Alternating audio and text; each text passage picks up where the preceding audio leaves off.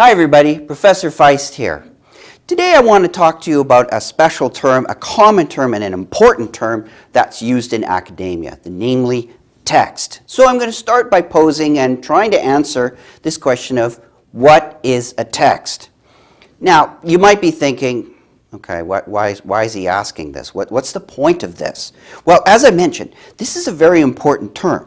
It's used in scholarly studies in a variety of disciplines. Film scholars and historians use it. Philosophers use it. Historians use it. English professors use it. Sociologists use it. So it is an extremely well-known term and well-used, and so it's a good idea for us to get at least some understanding of what this term might mean. Now, before I get into trying to define the notion of a text, let's just consider a simple example of text, in this case, a textbook. So, what's a textbook? Well, if you notice, as I've got here a picture of a bunch of them, textbooks come in a variety of contents, right? Mathematics, physics, literature, geography, chemistry, biology, and so on. So you have a textbook for a course, an area of study. So what's in common with all of these? What do all of these books, these textbooks, have in common? Well, of course they have different content, but the important point is that they have content, the very idea of content. Now, why do we all call them textbooks? Well, the most important thing is that this content that they have, it is organized. So when you think about having a good textbook in a course, the content is well organized. Explanations are clear, ideas are related to each other, there might be pictures, all kinds of things in it, but you can easily find what you need and ignore what you don't need. So the book is well organized. It explains things well. Now, a bad textbook, of course, does none of these things, or it doesn't do them all that well. Now, the term text, though, is broader than just textbooks because, simply put, there's many different ways to organize content. So, the first thing, textbook is an example of a text, but not all texts are textbooks. So, let's go and try and broaden our definition a little bit. But before I do that, I want to look at the history of philosophy and tie it back to the notion of text. Now, the history of philosophy is studied in a variety of ways. One of the ways I'm going to talk about it here is to look at the history of philosophy as an ongoing conversation amongst a variety of people over generations and different times and places, but it's also as a conversation, when you think of it, it's a series of reactions. You say something, your friends react to you, you react to them, other people might be listening, they jump in, there's different reactions. So the history of philosophy is like this large-scale conversation. But, of course, the history of philosophy also has certain points in time that are very important. And so we talk about philosophers being in a culture at a certain time when they're hearing what the people of that culture are saying, and then the philosopher will react to that, give his or her views on these things, pass it back into the society, and then you get a feedback loop between the philosopher and the society. Now, this is just a simplistic view.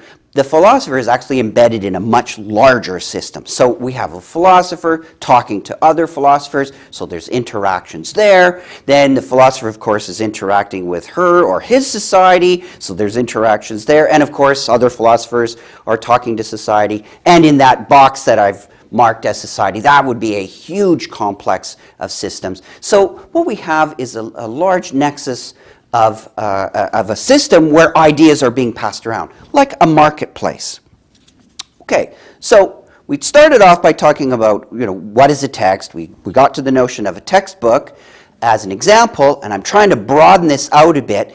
Talked a bit about a philosopher being sort of a dealer in ideas, in the marketplace of ideas.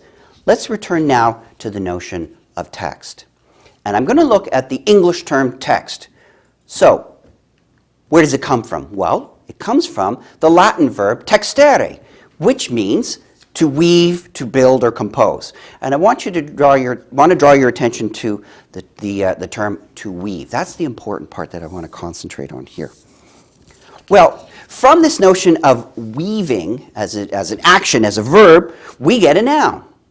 a woven object, a fabric. So a textile is the notion of something that has been constructed out of a weaving, that which results when you weave things together. And here you're weaving threads together, and you can get certain kinds of patterns, and you can weave different threads together of different colors. And as you've all seen, people make quilts, and you get all kinds of complex patterns in a textile. So key thing here, text, as we're going to handle it, is going to be something that deals with weavings, putting things together, linking things together. So a text is a result of a weaving. It's a result of a process. Now, let's go back to the notion of textbook. Here's a philosophy text.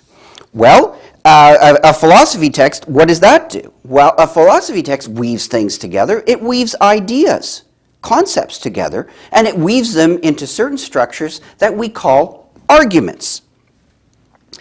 Think about a novel. That's another kind of weaving, right? As an artist crafts a novel, as a writer drafts a novel, he or she is doing another kind of weaving related to philosophy, not identical, but certainly related to it, in the sense of putting characters, ideas, descriptions, images of all sorts together, weaving them into a structure that in this case we would call a narrative.